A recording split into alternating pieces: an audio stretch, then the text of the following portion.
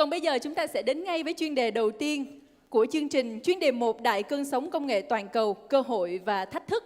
Và diễn giả sẽ trình bày nội dung này với chúng ta là một Việt kiều gốc Huế, nhưng đã rời khỏi vị trí tại công việc Ngân hàng Thế giới tại Paris và đến Singapore vào năm 1988. Và trong 30 năm qua, ông đã tư vấn cho chính phủ Singapore, các công ty châu Á về việc ứng dụng các công nghệ tiên tiến để tối ưu hóa hoạt động và được lợi thế cạnh tranh. Ông cũng đã tham gia nhiều dự án quy hoạch đô thị và tạo thành quy hoạch tổng thể cho các thành phố thông minh hiện nay. Và diễn giả của chúng ta là người có nhiều kinh nghiệm về AI, đã tham gia nhiều dự án khoa học dữ liệu cho Viện Nghiên cứu Pháp Singapore và giúp các công ty lớn nhỏ đón đầu xu hướng Big Data. Và Minh Châu đang giới thiệu ông Albert Antoine, chuyên gia tư vấn cao cấp về AI và công nghệ, Phó Chủ tịch cấp cao khu vực châu Á-Thái Bình Dương, công ty Dataiku. Một tràng pháo tay để chào đón ông Albert Antoine lên sân khấu, thưa quý vị.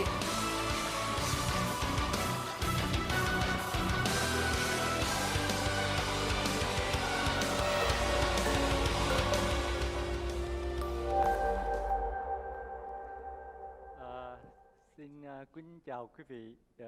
Tôi nói quý vị tại vì cách xưng hô của tôi không sành lắm. Thì hôm nay tôi xin phép nói bằng tiếng Anh, tại vì tôi chưa đủ tự tin để nói bằng tiếng Việt. Mặc dù tiếng Việt của tôi nghĩ là giỏi hơn tiếng Anh nhiều. Nhưng mà nói những danh từ chuyên môn thì tôi chưa có đủ thời gian để mà học hỏi, thì tôi xin quý vị thông cảm. So I'm going to speak in English today. Okay? It's a great honor for me to speak to such many CEOs in the same room today. And by right, I should be, very nervous talking to all of you. But at one time, I watched Obama. He said that before he went out to do a speech, he himself very nervous. So from that day, I'm not nervous anymore when I talk to many people. So it's a way to go from something negative to bring it to something very positive. Today, what are the slides? Okay. My great challenge today after lunch is to keep you awake. So I try to be very brief. I try to be entertaining when I can. And my key message today is to get you involved in this wave, So I think that somebody has talked about serve and think. To be able to serve, you need to be very agile. Agile is the ability to adapt to changes, I think one of the speakers in the past, I don't remember his name, he said that the only constant in life is change. So you have to adapt to changes. So this is my agenda today. This is very tentative. I have to deliver within 20 minutes. It's a great challenge, challenge number 2. What I'm going to do is to give you a tour about what's happening in terms of, the 4.0 technology in the world. And then zoom in to a very specific applications that is happening right now throughout the world. And those applications, I didn't pick it from internet whatsoever. Those applications are the applications that myself and my team has been involved, and it has been delivered. Some of them has been delivered and delivered into the production systems. And the most important thing is, for CEOs like you, is not using the technology ABC that is important, AI, blockchain, so what? The bottom line is the return on investment. When you spend $1 million and you get nothing, it's expenses. But if you spend $10 million and it brings you maybe $100 million a year, that's you talked about return on investment. And that is the key message that I'm going to deliver today through examples. So before zooming into the ground zero, I would like to talk about the 32,000 feet where the world is the world is going in terms of AI, blockchains, and all this. So, yes. In 2007, as you see here, the top 10 company in the world, there's only one company that related to technology, which was Microsoft. Today, 2017, there's one survival, ExxonMobil, and it's not going to survive for long. It's going, all the rest of the company are the people who leverage on innovation to ride this wave, to ride the digital wave, and then to take advantage of it and to make value, create great value out of that. Okay, things happening and successes happen without any, it couldn't happen without any investment. So this is the kind of roadmap that the people are doing right now. Just a few examples, like China. China has ambition of being the top of the world in terms of AI in 2030, and they have invested $148 billion, not million, $billion in that. It's something that I couldn't believe that, but some sources are saying that way. I work in Singapore, and Singapore is pretty involved in this. They are ready, let's say, to spend a few $1 million to do just a prototype with the Media Lab to do a prototype on DLT, digital ledger technology, and so on and so forth.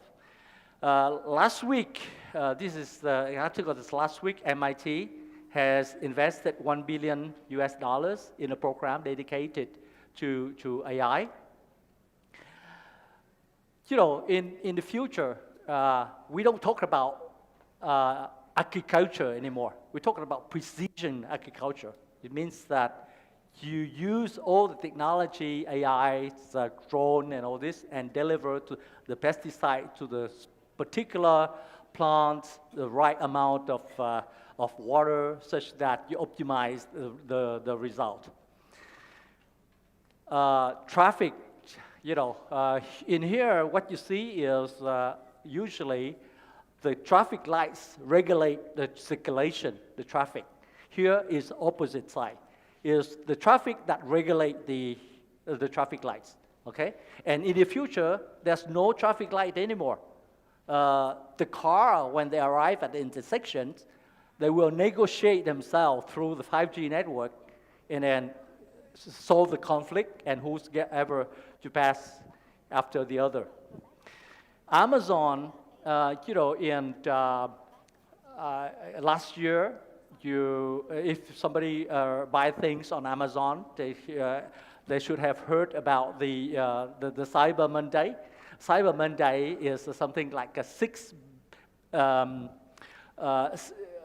billion of sales in the U.S. Among the 6 billion, 3 billion is done by Amazon. And the reason why they are able to do that, to do this kind of volume of business, is because they use technology. They use robots, they use online predictive analytics that we'll come back later on. So that is what's happening at 32,000 feet. Now, what I'm going to share with you is what is happening at the ground zero up. At the ground zero, we are doing a lot of applications, and I would like to share with you. Yes? All right. There's a lot of confusion right now. The people talk about big data, IoT, and all this. The terms are used from here to there, but sometimes from one place to another, they don't mean anything. So that's the matter of vocabulary here. You talk about blockchain. Blockchain is a pretty starting point right now, but it has a very bad reputation. Talk about bitcoins and that, but actually, the technology underneath technology, the blockchain technology, is something that CEO like you should feel concerned and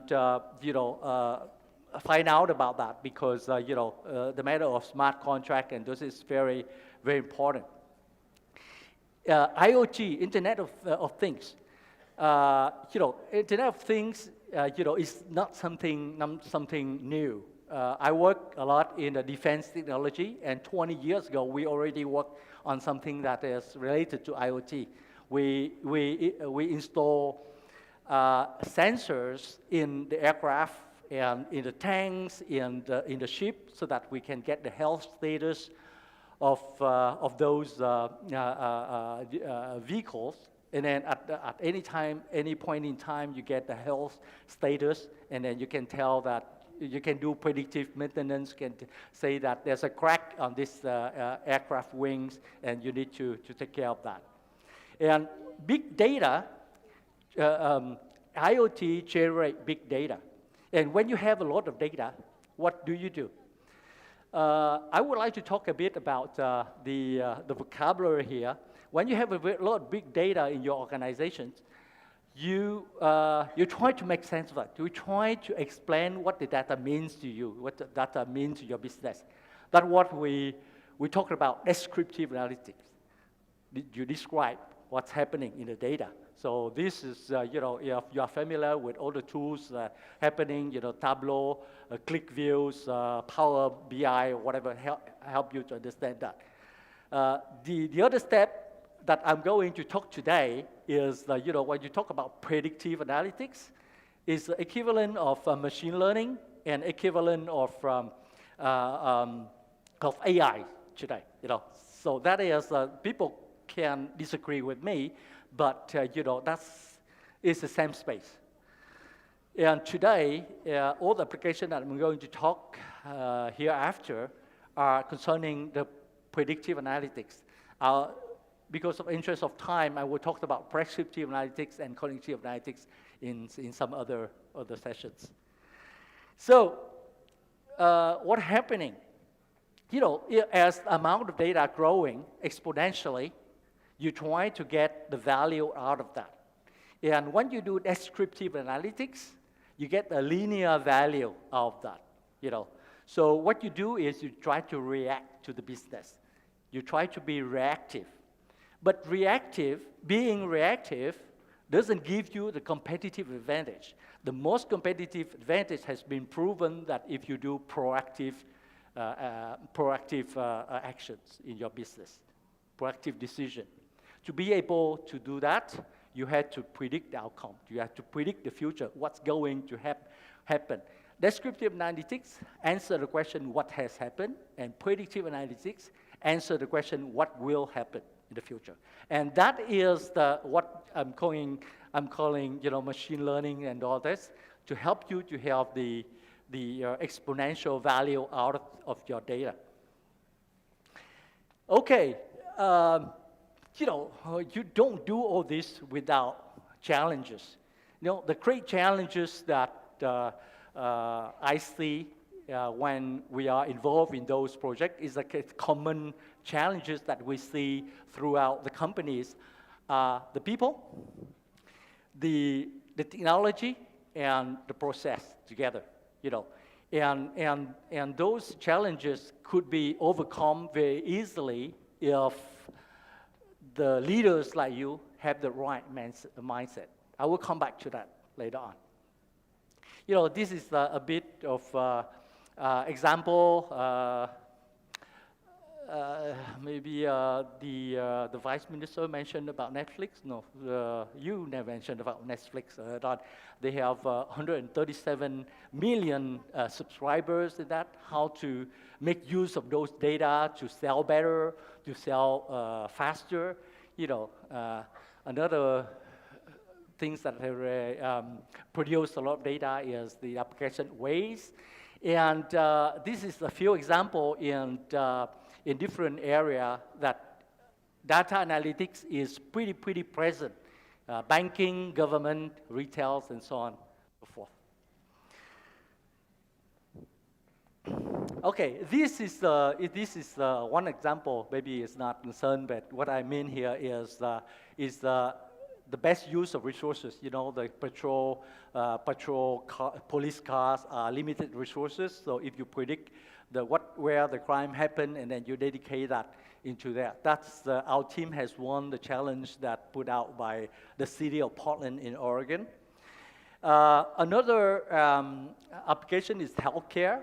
In the insurance, when you file for a claim, you know, it detects if the people has fraud or not, you know.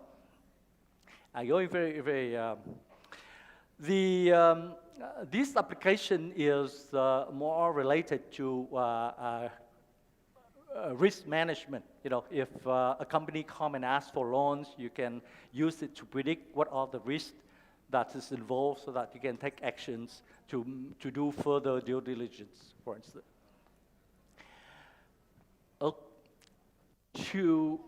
This application is about, you know, from design to production for 5 months. You know, when you talk about IT project, you talk about years, okay? Here, when you talk about AI, machine learning, predictive analytics application, you don't even talk about months. Now you talk about weeks, you know. So it's something very feasible. So I encourage you to talk around the people who can deliver that. So ask them what are the challenges. Share with them your problems, so that they can advise you where are the way to go. This is some area that in retail and e-commerce is pretty details here. But you know, if you summarize it, there's a few use cases in this area, like churn management. You have customer lifetime value. It means that how much the customer is going to spend for your company for the next 3 or 6 months. Fraud detection, if the people has fraud in coming to your website or not. And also the customer segmentation. Customer segmentation is beautiful because, you know, once you know the segment, you can profile the customer, and you are able to sell them whatever they need and don't sell them everything, okay? This is the churn prediction that I have mentioned. Here is pretty interesting. We work with a company called Vente Privée in France, and this is the e-commerce website. Yeah, after implementation of the system, they increased the revenue by 3%. 3% of 3 billion revenue is something like $90 million. It's tremendous. It's worth thinking about that. Another example is L'Oreal. All the ladies that using the cosmetic knows L'Oreal. L'Oreal is using social media.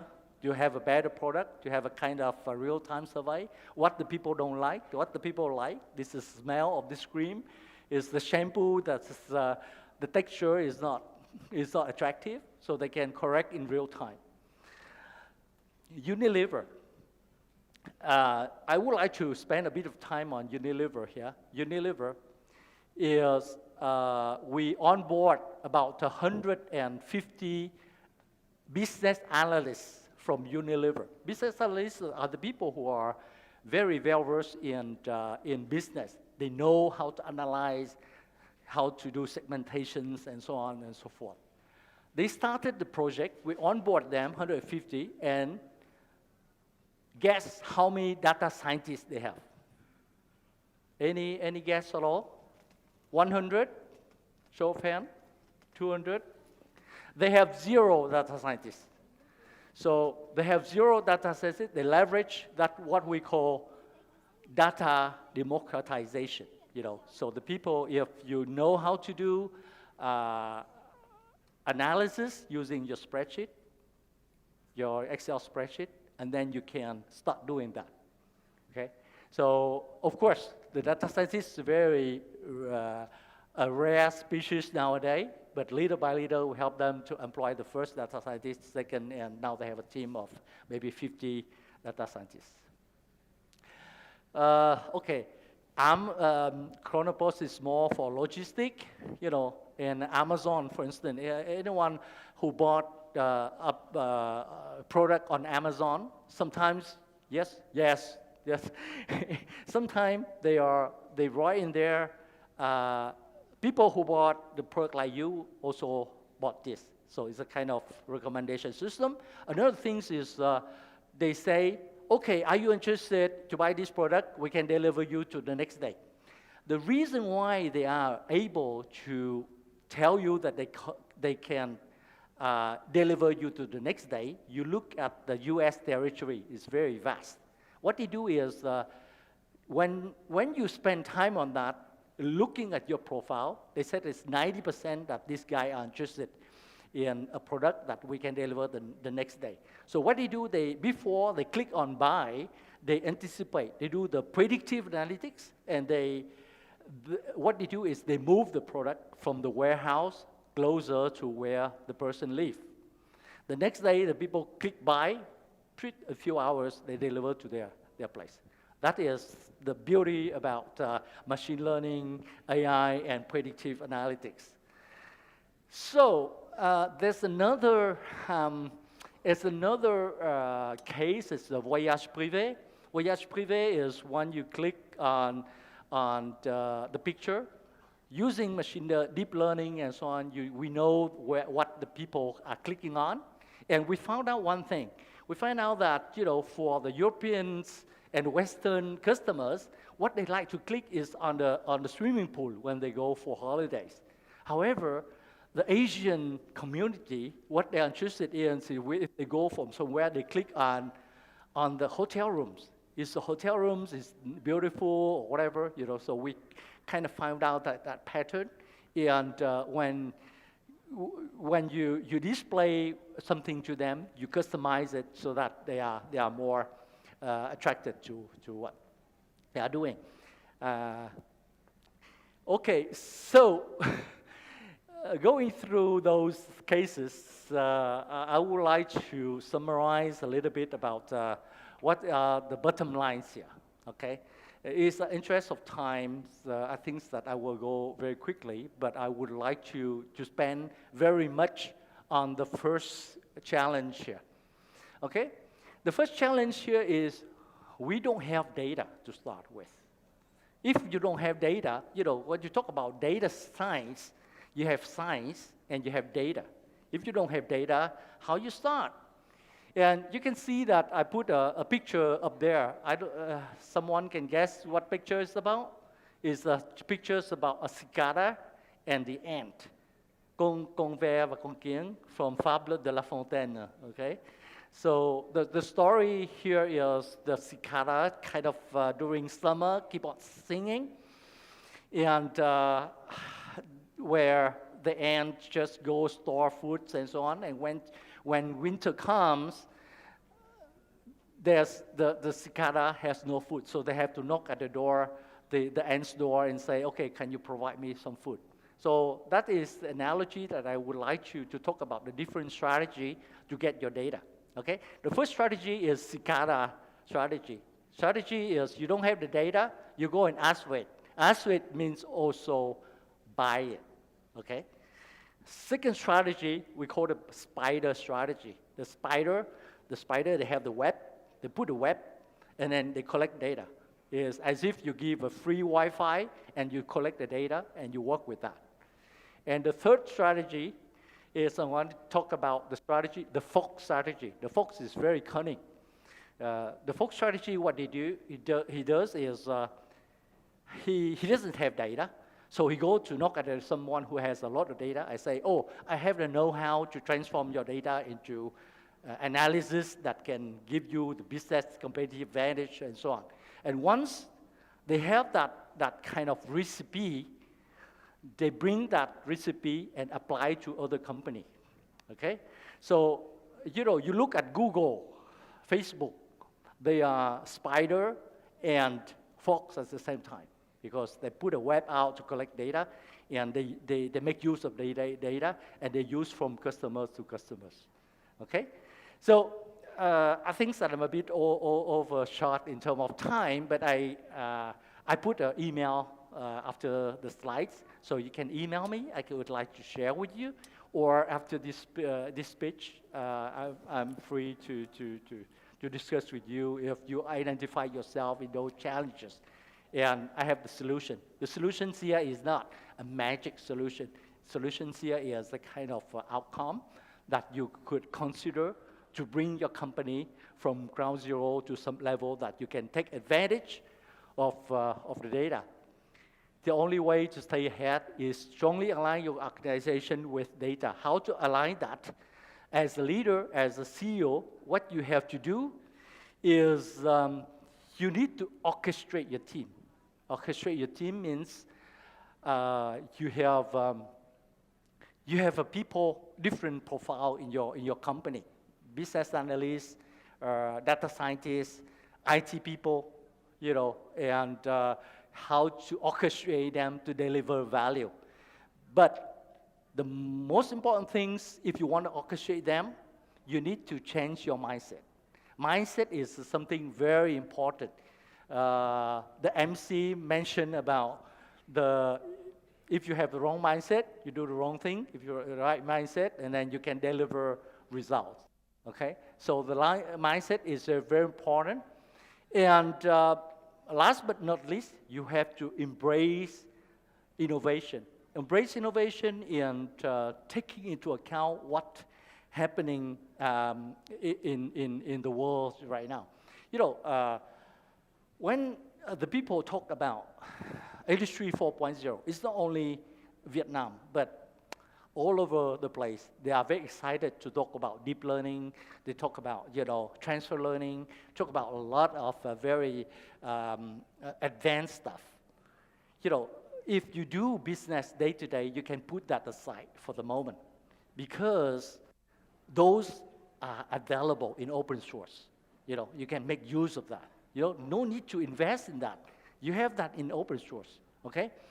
The most important thing is to find a way to get there, you know, and my key and final message is you have to start now. You know, if you don't have data, you know, if you have a few spreadsheet, Excel spreadsheet, it's still good data because, you know, it's not in Vietnam. I talk to a lot of Vietnamese companies say, oh, we don't have data. We have a few spreadsheet. It doesn't give us anything. You don't have data, and then you use cicada strategy. You go and buy it, you know. So my key point is please start now and do not hesitate because no bad decision is also better than no decision, okay? Thank you very much.